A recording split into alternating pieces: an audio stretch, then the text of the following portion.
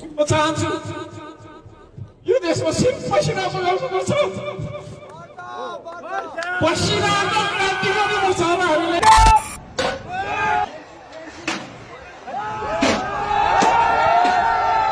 आजको मन्त्री परिषदको बैठकले गरेका निर्णयहरू म सार्वजनिक गर्ने अनुमति चाहन्छु। 1 नम्बर, आज मिति 2081 चैत्र 15 गतेका दिन पूर्व राजाका समर्थकहरूद्वारा काठमाडौँको तिनकुने र आसपासका क्षेत्रहरूमा भएको अराजक प्रदर्शनका क्रममा निजी, सार्वजनिक एवं सरकारी सम्पत्ति, अस्पताल, सवारी यो त पहिलो कुरा त सरकार र प्रहरीको राम्रो तयारी देखिएन। यहाँ आक्रमण भयो भनेर जानकारी गराएपछि पनि झन्डै 40-45 मिनटसम्म सेक्युरिटी फोर्स नदेखिनु यो बडो विडम्बना भन्नुपर्ने हुन्छ। हुन त सेक्युरिटीको तर्फबाट हिजो हामीले यो स्तरको चाहिँ घटना होला भन्ने सोचिएन भनेर भनिएको छ। तर हाम्रा धरानका मेयर हर्क साङपानले चाहिँ सबैलाई रुवाउनु भएको छ। उहाँ आफू पनि रुनु भएको छ, के भाषण गर्नुभएको छ त उहाँले रुँदै भनेर यो क्लिप हेर्नुहोस्। म चाहन्छु यो देशमा पसिना बगाउनुपर्छ, पसिनाको क्रान्ति गर्नुपर्छ। हामीले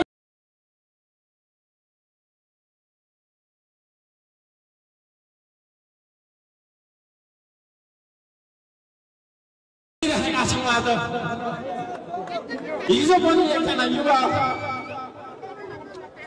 शहीद भयो अरे।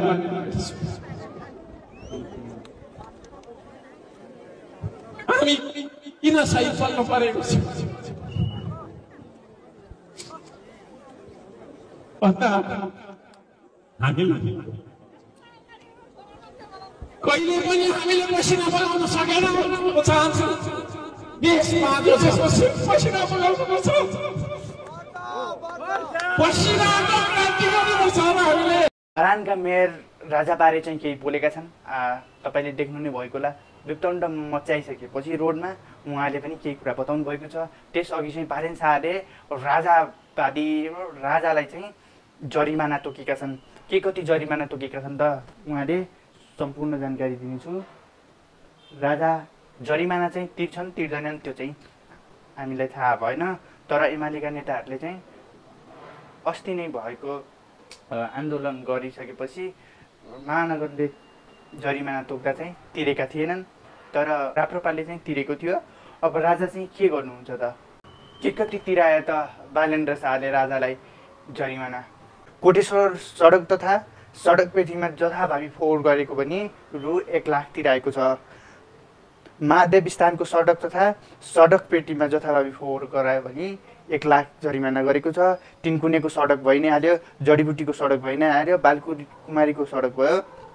त्यसपछि सिनामङ्गलको सडकमा चाहिँ रु 1-1 लाख गरी, दमकल तोडफोडको 1,30,000। त्यसपछि तिनकुनेमा रु बिरुवाको रेलिङ तोडफोड तपाईँको 60,000 तोकेर चाहिँ 6 लाखभन्दा माथिको रकम चाहिँ जरिमाना गराएको छ। अब राजाले के गर्नुहुन्छ होला त? राजावादीहरू सडकमा उत्रिए, निकै नै वितण्ड मचाए। त्यसपछि चाहिँ सरकारवालाहरूले चाहिँ राति नै बैठक गरेर चाहिँ के कस्तो कारबाही हुन सक्छ भन्ने बारे चाहिँ विज्ञप्ति चाहिँ निकालेका छन्। यो हेर्नुहोस्। आजको मन्त्री परिषदको बैठकले गरेका निर्णयहरू म सार्वजनिक गर्ने अनुमति चाहन्छु। 1 नम्बर, आज मिति 2081 चैत्र 15 गतेका दिन पूर्व राजाका समर्थकहरूद्वारा काठमाडौँको तिनकुने र आसपासका क्षेत्रहरूमा भएको अराजक प्रदर्शनका क्रममा निजी, सार्वजनिक एवं सरकारी सम्पत्ति, अस्पताल, सवारी साधन, राजनीतिक दलका कार्यालय तथा सञ्चार गृहहरूमा भएको आक्रमण, आगजनी र तोडफोड एवं अन्तर्राष्ट्रिय विमानस्थल जस्तो संवेदनशील क्षेत्रमा हिंसात्मक गतिविधि गरी आतंक फैलाउने, घरभित्र मानिस भएको अवस्थामा ढुङ्गा मुढा, आगजनी र मानिसको ज्यान जाने जस्ता अमानवीय र गैर कानुनी कार्य गरी तोडफोड र लुटपाट जस्ता कार्यहरू भएकोमा नेपाल सरकार घोर भर्त्सना गर्दछ। नेपाल सरकार उक्त घटनाका क्रममा मृत्यु भएका व्यक्तिहरूप्रति भावपूर्ण श्रद्धाञ्जली व्यक्त गर्दछ। सो क्रममा घाइते भएकाहरूको शीघ्र स्वास्थ्य लाभको कामना गर्दछ। प्रदर्शनका क्रममा घाइते हुनेहरूको निःशुल्क स्वास्थ्य उपचारको व्यवस्था स्वास्थ्य तथा जनसङ्ख्या मन्त्रालयले मिलाउने, आज घटेको उक्त घटनाको सम्बन्धमा सत्य तथ्य छानबिन गरी दोषी उप कारबाही गर्न र आगामी दिनमा यस किसिमको घटना हुन नदिने व्यवस्था मिलाउन गृह मन्त्रालयलाई निर्देशन दिने निर्णय गर्दछ। साथै यस किसिमका अराजक गतिविधिहरूमा संलग्न नहुन आम नागरिकहरूमा नेपाल सरकार हार्दिक अपील गर्दछ। त्यस्तै अर्को निर्णय छ। आज मिति 2081 चैत्र 15 गते तदनुसार 28 मार्च 2025 का दिन म्यानमार केन्द्र बनाई मित्र राष्ट्रहरू म्यानमार र थाइल्यान्डमा गएको विनाशकारी भूकम्पबाट हुन गएको धनजनको क्षतिप्रति नेपाल सरकार गहिरो दुःख व्यक्त गर्दछ। यस दुःखद घटनामा परि मृत्यु हुनेहरूमा भावपूर्ण श्रद्धाञ्जली व्यक्त गर्दै शोक सन्तप्त परिवार, त्यहाँका जनता र सरकारप्रति धैर्य धारण गर्ने शक्ति मिलोस् भनी नेपाल सरकार कामना गर्दछ। धन्यवाद। धरानका मेयर अर्क साङपानेले चाहिँ लाइभ मार्फत राजावादीहरूको बारेमा केही कुरा जानकारी गराउनुभएको छ। यो क्लिप हेर्नु। सम्पूर्ण मित्रहरूलाई हार्दिक नमस्कार छ। म तपाईँहरूको साथी हर्क साम्पाङ। मित्रहरू, अहिले जुन देशमा देखिँदै गरेको आगजनी, तोडफोड, कुटाकुट, ढुङ्गा हानाहान, अश्रु ग्यास हानाहान, लाठी चार्ज, दुनियाँभरको कर्फ्यू लगाउनु पर्ने स्थिति, यो कसरी आयो, के भयो भन्ने बारेमा आफ्नो आफ्नो बुझाइ छ होइन। सबै मान्छेले आफूले आफ्नै किसिमले बुझ्नुभएको छ।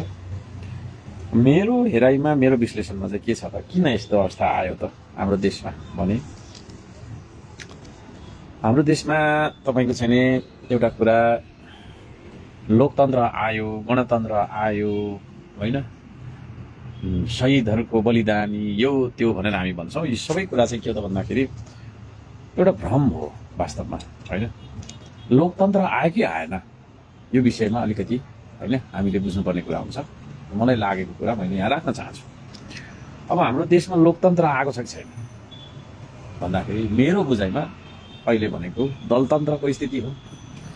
दलतन्त्रको स्थिति मात्रै भएको कारणले गर्दाखेरि जनताको जीवनस्तर उक्सिन सकेन, जनताले अवसर प्राप्त गर्न सकेन कुनै पार्टीमा नलागिकन, अथवा त्यो पार्टी जुन पार्टीमा ऊ आफू लागेको हो त्यो पार्टी पनि सधैँभरि सरकारमा हुने कुरो भएन। त्यसो भइरहँदाखेरि त के भन्दाखेरि अब सत्तामा पुग्ने मान्छेले मात्रै चयन गर्ने, अरू सबै मान्छेलाई चाहिँ नै होइन के जस्तो नसम्झिने भन्ने खालको चाहिँ एउटा पार्टीगत विभेदका कारणले गर्दाखेरि हाम्रो देशको राजनीति दलतन्त्रमै सीमित रह्यो, लोकतन्त्र आएन। लोकतन्त्र नआइसकेपछि जनताले न्याय पाएनन् होइन, सेवा सुविधा पाएनन्, रोजगारी पाउने कुरो भएन, अवसर पाउने कुरै भएन। त्यसो भएको कारणले गर्दाखेरि अब यत्रो तपाईँको चाहिँ नेताले जे भन्यो त्यही मान्यो होइन।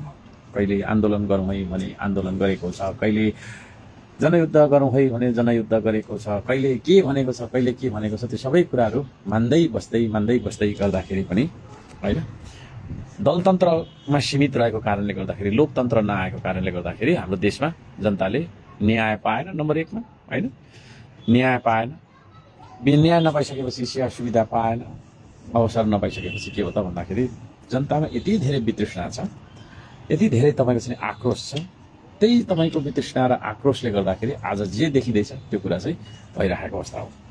अब भन्दाखेरि नमिठो लाग्ला, म एउटा अभियानबाट आएको मान्छे होइन। यो समाज राम्रो होस्, समाज हिजोभन्दा आज राम्रो होस्, आजभन्दा भोलि राम्रो होस् भन्ने शुभेच्छाका साथ यो देशलाई माया गर्दै बाँचिरहेको एउटा सानो मान्छे म हो।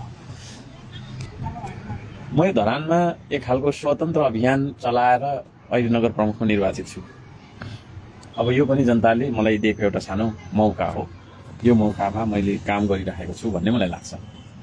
अब त्यसरी म आइसकेपछि पनि मलाई नगर प्रमुख नमान्ने दलहरू यहाँ थुप्रै छन् होइन। नगर प्रमुख होइन, यो त दलबाट आए मात्रै हुन्थ्यो। फेरि अरू दलबाट आएर पनि भएन, मेरै दलबाट आए चाहिँ मैले यसलाई नगर प्रमुख मान्थेँ, होइन भने होइन भन्ने खालको। अहिलेको प्रधानमन्त्रीले धरान आएर के भन्यो भन्दाखेरि मेयरै छान्नु जान्नु भएन, हाम्रो पार्टीको मेयर छानेको मैले विकास योजना पारिदिन्थेँ भन्ने खालको अभिव्यक्ति राख्नु। एउटा अहिलेको प्रधानमन्त्री जो चाहिँ देशको चाहिँ होइन बागडोर हाँकेर बसिराख्नु भएको छ, उहाँको सोचाइ त्यो खालको छ। अनि अहिले जे जति तपाईँको चाहिँ हामी स्वतन्त्रहरू आयौँ, स्वतन्त्रहरूप्रति हेर्ने दृष्टिकोण अहिलेको सरकारको कस्तो छ? राम्रो काम गर्छु, जनतालाई सेवा सुविधा दिन्छु भनेर आएको एउटा व्यक्ति जो भए पनि समर्थन गर्नुपर्छ, सहयोग गर्नुपर्छ नि त्यो छैन। अहिले धरानलाई तपाईँको चाहिँ हेर्ने दृष्टिकोण काठमाडौँलाई हेर्ने दृष्टिकोण उहाँको एकै खालको छ। त्यसो भएको कारणले गर्दाखेरि जनताको मतलाई पनि नमान्ने, होइन, जनताले अब लोकतन्त्र भनेको लोक भने जनता, जनताले चाहेको कुरा, जनताले चाहेको शासन है लाई चाहिँ लोकतन्त्र भन्नुपर्ने हो। अब यहाँ म चुनाव त जित्ने, प्रधानमन्त्रीले मेरै मान्दैन भन्छ, अब अस्ति भेट्न गएँ भेट्दिन भन्छ। यस्ता कुराले के हो त भन्दाखेरि लोकतन्त्रमा एउटा कुठाराघात दलहरूले गरिरहेको कारणले, दलतन्त्र चलाइरहेको कारणले गर्दाखेरि, होइन, दलले जे पनि तपाईँको चाहिँ हामी गर्न सक्छौँ भनेर चाहिँ जनतालाई हेपेको कारणले गर्दाखेरि फालिसकेको व्यवस्थालाई टिपेर ल्याउनका लागि, होइन, अहिले त्योभन्दा त बरु राजै ठिक थियो, राजै ठिक हो भनेर चाहिँ मान्छेहरू सडकमा उफ्रिरहेको देख्छु म। हुँदा हुँदा राम्रो काम गर्ने मान्छेहरू सबैलाई है प्रोत्साहन दिनुपर्ने ठाउँमा निरुत्साहित गर्ने किसिमले, होइन, तपाईँको चाहिँ होच्याउने किसिमले, सहयोग र तपाईँको चाहिँ दण्डित गर्ने किसिमले सरकार अघि बढ्दाखेरि कुलमान घिसिङलाई पनि तपाईँको चाहिँ निकाल्यो। साउनमा उसको चाहिँ सेवा निवृत्त हुँदै गरेको मान्छे, पेन्सनमा निस्किँदै गरेको मान्छे, स्वतः जाँदै गरेको मान्छेलाई कतिखेर के गर्नुपर्छ भन्ने थाहा नभएर इगोले तँभन्दा म ठुलो, म त यस्तो भनेर दम्बले फुलेको कारणले गर्दाखेरि अहिले सबै मान्छे आक्रोशित छन्, होइन। अहिलेको विद्यमान सरकारसँग सबै मान्छेहरू, होइन, आक्रोशित छन्। विपक्षी दलले जो चाहिँ सत्तामा छैन उसले त्यही चाहिरहेको छ, है, राजा मन पराउनेहरूले पनि त्यही चाहिरहेको छ भने यता तपाईँको चाहिँ नि अब कुलमान जस्ता मान्छे, हर्क साम्पाङ जस्ता मान्छे, बालेन जस्ता मान्छे लगायतका मान्छेहरूलाई तपाईँको चाहिँ नि जहिले पनि मुद्दा लगाइदिने, असहयोग गर्ने, यस्तो गर्ने उस्तो गर्ने भइसकेपछि सबै जनता चाहिँ अहिले अब के हो त भन्दाखेरि यो सरकारसँग रुष्ट भएको अवस्था हो। त्यसो भएको कारणले गर्दाखेरि अब सरकारले अहिले सेना परिचालन गर्यो भन्ने कुराहरू अहिले म फेसबुकमा देख्दैछु। यो स्थिति आएको छ।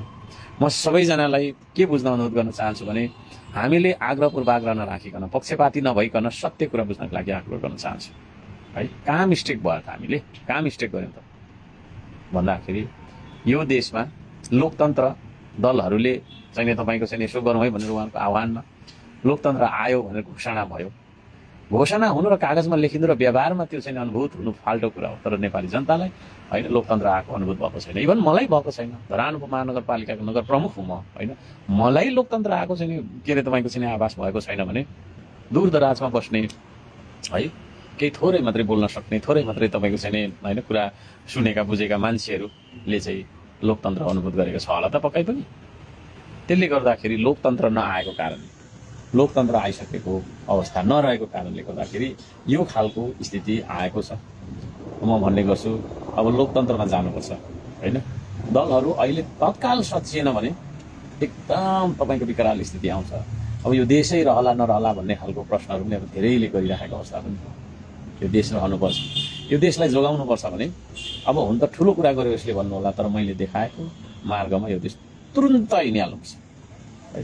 विदेशी ऋण लिएर विकास गर्ने भन्दा आफूसँग जे छ, होइन, कोदालो, कुट्टो, हलो के छ आफूसँग, होइन, आफ्नो मौलिक के हो, आफ्नो के हो, आफूसँग के छ हातमा, त्यो हातमा भएको औजार लिएर तत्काल हामी चाहिँ एउटा ठुलो उत्पादन र निर्माणको अभियानमा लागिहाल्नुपर्छ। होइन भने उपरखुट्टी गरेर बसेर, होइन, तपाईँको चाहिँ नि यो देश बन्नेवाला छैन, गफ गरेर यो देश बन्नेवाला छैन। जब हामी श्रम गर्दैनौँ, है, तब अभाव हुन्छ। अभाव भनेकै गरिबी हो, गरिबी भनेकै लडाइँ र द्वन्द्वको, होइन, तपाईँको चाहिँ नि बिउ हो। त्यसो भएको कारणले गर्दाखेरि श्रम गरौँ, श्रमदान गरौँ, म त्यो भन्न चाहन्छु। अब आज, होइन, यहाँ एउटा भिडियो मैले भर्खर देख्दै थिएँ, धरानमा चाहिँ पानीको नाला जोड्दै गरेको, उता तोडफोड हुँदै गरेको। कुन चाहिँ कुरा चाहिँ हामीलाई चाहिएको भन्ने कुरा हामीले बुझ्नु जरुरी छ र देशको अभिकर्ता, राज्यको अभिकर्ता सरकारले यो कुरा बुझेर तुरुन्त सचिनुपर्छ, होइन, तुरुन्त सचिनुपर्छ।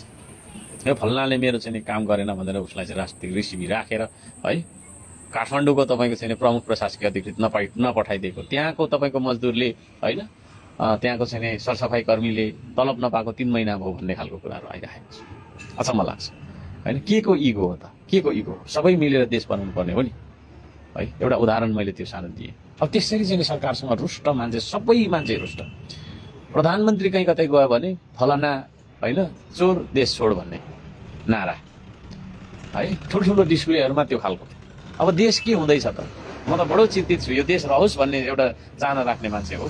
सानो मान्छे हुँ म, सानो पदमा छु, मेरो, होइन, तपाईँको चाहिँ काम गराइ पनि सानै स्टाइलको छ, तर मलाई यो देश चाहिन्छ, यो देश राख्नुपर्छ। यो देशलाई बचाउन चाहने, बनाउन चाहने मान्छे हुँ म। र मैले अघि भने मैले देखाएको मार्गमा तुरुन्तको तुरुन्त यो देश हिँडेन भने अझै धेरै अभाव हुँदै जान्छ, गरिबी अझै हुँदै जान्छ। गरिबी नै झगडाको बिउ हो है, झगडाको बिउ हो, द्वन्द्वको बिउ हो, लडाइँको बिउ हो। आज भइरहेको त्यही हो। आज युवाले रोजगारी देशमा पाउँदैन होइन, केही छैन, उत्पादन भए पो रोजगारी हुन्छ त। अब उत्पादन गर्ने अब कल कारखाना खोलौँ भन्दा मुद्दा लगाइदिन्छ, मलाई मुद्दा लगाइदिन्छ। एउटा उद्योग सञ्चालन गरौँ भनेको सरकारले त सञ्चालन गर्नु मिल्दैन भनेर अचम्म लाग्छ।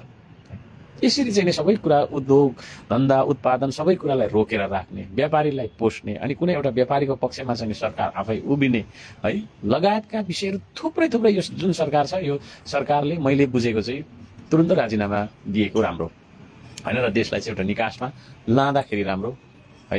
अस्ति तपाईँको मुकुमलुङको कुरा, त्यहाँ मान्छे गोली हानेर मान्छे सबै रुष्ट छ, सबै रुष्ट छ, त्यो भइरहेको अवस्था छ। अनि आज पनि यो त्यहाँ चाहिँ अब निजी घर तोडफोड भएरै भन्छ, हेऱ्यो दुलै दुलो परेको छ, छेन्द्रा परेको घरमा ढुङ्गा हानेको, कोही आगो लाग्दै गऱ्यो, अचम्म लाग्छ, कोही कुटाकुट हुँदै गरेको। यो सबै कुराको होइन जिम्मेवारी अहिलेको सरकारले लिनुपर्छ।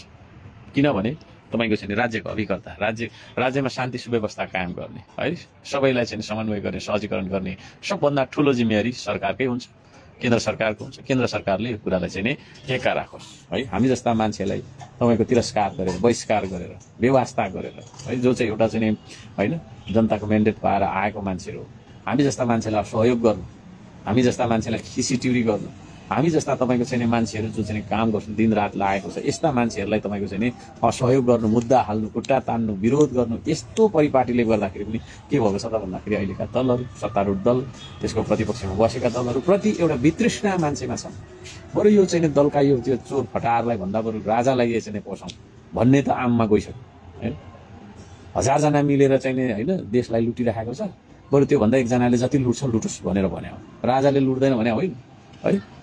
आम जनतामा त त्यो गइसक्यो, यसो सुन्छु सबैले त्यो भनिराखेको सुन्छु होइन। 1000जनाले खाइराखेको छ देशलाई, बरु एउटाले खाओस् भन्ने किसिमले चाहिँ अहिले जनताहरू एकदमै यो देशका चाहिँ नेपाली नागरिक अत्यन्तै आक्रोशित, अत्यन्तै तपाईँको चाहिँ होइन आक्रोशित बन्नुभएको छ। त्यसो भएको कारणले गर्दाखेरि त्यो सडकभरिको आन्दोलनहरू देखा परिरहेको स्थिति हो मैले बुझ्दा। र यसको निकास के हो त अब फेरि होइन, अब त्यो त समस्या भयो, यसको निकास के हो भन्दाखेरि समस्या छ, त्यसको समाधान के, समाधान कसरी गर्ने त भन्ने बारेमा चाहिँ मेरो सुझाव के रहन्छ भने दलहरूले तुरुन्त होइन दलीय आग्रह पूर्वाग्रह छोडेर दल भनेको चुनाव चिन्ह मात्रै हो भनेर लिनु पर्यो र चुनाव चिन्ह लगेर चाहिँ तपाईँको जनतामा सामु आवधिक चुनावमा जान्छन्, जुन जसलाई जिताएर पठाउँछ त्यो मान्छेलाई काम गर्न दिनुपर्छ, सहयोग गर्नुपर्छ है। र त्यो जितेर जाने मान्छेले पनि मेरो यस्तो हो उस्तो हो, मेरो पार्टीको मान्छेलाई मात्रै म भेट्छु, उसलाई मात्रै म अवसर दिन्छु, विकास दिन्छु भन्ने किसिमले आग्रह पूर्वाग्रह नराखिकन म यो देशको मन्त्री हुँ, म यो देशको प्रधानमन्त्री हुँ, म यो देशको तपाईँको चाहिँ होइन जनताले चुनेको एउटा जिम्मेवार व्यक्ति हो, त्यसले गर्दाखेरि मैले यो देशैको भन्नुको मतलब सबैको सार्वजनिक हित हुने खालको चाहिँ सबैको, मेरो तेरो नभनिकन, यो त्यो नभनिकन एक तपाईँको चाहिँ उसले होइन एकनासले सबैजनालाई म चाहिँ हेर्नेछु भन्ने किसिमको साझा सोच विचार राखेर इमान्दार भएर अगाडि लाग्नुपर्छ। र त्यसरी गइयो भने तपाईँको चाहिँ देशमा एउटा स्थिति बन्छ र देशलाई निर्माण गर्नका लागि चाहिँ श्रमदान गर्नुपर्छ। श्रमदान अभियान देशैभरि चल्नुपर्छ। हामीले धरानमा व्यापक रूपमा चलाइरहेका छौँ। इनफ्याक्ट पूर्वतिर पश्चिमका पनि मान्छेहरू आउनुहुन्छ होइन, श्रमदान गरिरहेका छौँ। श्रमदान नगरिकन देश बन्दैन है। श्रमदान नगरिकन हामी सबैले मास परिचालन भएर तपाईँको चाहिँ काम नगरिकन देश बनेछ भने यो दुइटै कानमा काटेर फालिदिन्छु यो चिज हो। र यसरी हामीले देशलाई बनाउनुपर्छ र बचाउनुपर्छ भन्ने मेरो हार्दिक आग्रह रहन्छ।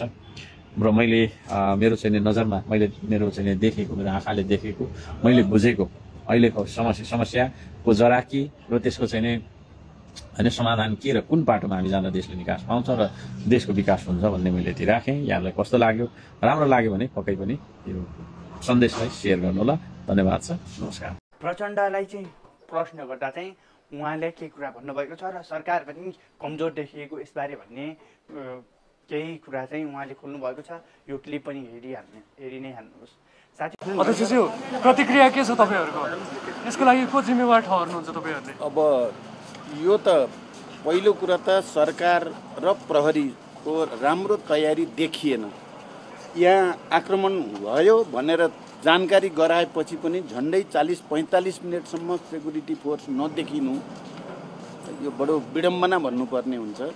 हुन त सेक्युरिटीको तर्फबाट हिजो हामीले यो स्तरको चाहिँ घटना होला भन्ने सोचिएन भनेर भनिएको छ, तर म पहिलो कुरा त राजधानीको मुटुमा यस्तो तोडफोड विवेकहीन आपराधिक घटना हुँदा सेक्युरिटी टाइममा आउन नसक्नु, यसलाई गम्भीर समीक्षा सरकारले गरोस् र आउने दिनको लागि पूर्ण तयारीमा जाओस्। अर्को जे भइराखेको छ अब एकदम प्रष्ट भएको छ कि यसको पछाडि ज्ञानेन्द्र शाह नै हो र ज्ञानेन्द्र शाहको मानसिकता नै आपराधिक छ भन्ने कुरा इतिहासमा नै देखिएको हो, अहिले पनि देखिएको छ। त्यसकारण यही नै समय हो सरकारले कडा कदम चालोस्, अपराधीहरू सबैलाई छानबिन गरेर कारबाहीको दायरामा ल्याओस् र ज्ञानेन्द्र शाहलाई पनि छाडा हुने छुट दिन सकिँदैन। नेपाली जनता त्यसको लागि तयार छैन। यसमा पनि सरकार गम्भीर बनोस् भन्ने। अब हाम्रा राजावादीहरूले गरेका हरकतको बारेमा केही कुरा गर्न चाहे। हाम्रा सरकारी संरचना होइन, तपाईँको सरकारी गाडीहरू तोडफोड त उहाँले गर्नु नै भयो, जलाएर नष्ट पनि गरिदिनु भयो। सर्वसाधारणहरूका घर तोडफोड तथा आगजनी पनि गरिदिनु भयो होइन। उहाँले साथसाथै भर्खरै विकास हुन लागेको देशको सिसिटिभी टुटाइदिने, तपाईँको ट्राफिक बत्तीहरू टुटाइदिने, अहिलेका जेनेरेसनको व्यक्तिहरू अगाडि बढ्न चाहिरहेका छन् कि पछाडि अन्धकारतिर धकेलिन चाहेका छन्। मैले चाहिँ त्यो बुझ्न सकिनँ। यस्तो गर्नु चाहिँ एकदमै मूर्खता थियो उहाँहरूको, किनकि भर्खरै अगाडि बढेको पाइला हानिरहेको देशलाई चाहिँ झन् पछाडितिर धकेल्ने काम चाहिँ गरिरहनु भएको जस्तो लाग्यो। कतिपय ठाउँहरूमा ट्राफिक लाइट, तपाईँको सिसिटिभी नै छैन। यस्तो बेलामा के यो तोडफोड गरिदिनु जायज थियो त? तोडफोड गरेर के पायो त? आन्दोलन शान्तमूलक तरिकाले गर्ने भनेको आन्दोलन तपाईँको यति अग्लो माथि चढेर फुटाउनु होइन, तपाईँको के फल मिल्यो र? सरकारी संरचनाहरूलाई नष्ट गर्नेदेखि लिएर तोडफोड गरेर यी चाहिँ एकदमै मूर्खता देखाए। त्यसैले नै भनिरहेका छन् यिनीहरू राजावादी होइनन्, यिनीहरू त कुनै लडाकु जस्ता देखिन्छन् भनेर। यो चाहिँ चित्त नबुझ्दो भयो। सरकारले पनि एक्सन लिने नै छ। आगामी दिनहरूमा यस्तो नहोस् होइन, त्यही नै कामना गर्दछौँ हामी। हाम्रो नेपालमा के भएका छन् आन्दोलनका दिन, यस्तो दुर्घटना चाहिँ कहिल्यै नघटोस् र अब यस्तो आन्दोलनहरू नहोस् भनेरै कामना गर्दछौँ हामी त। हस् त, धन्यवाद।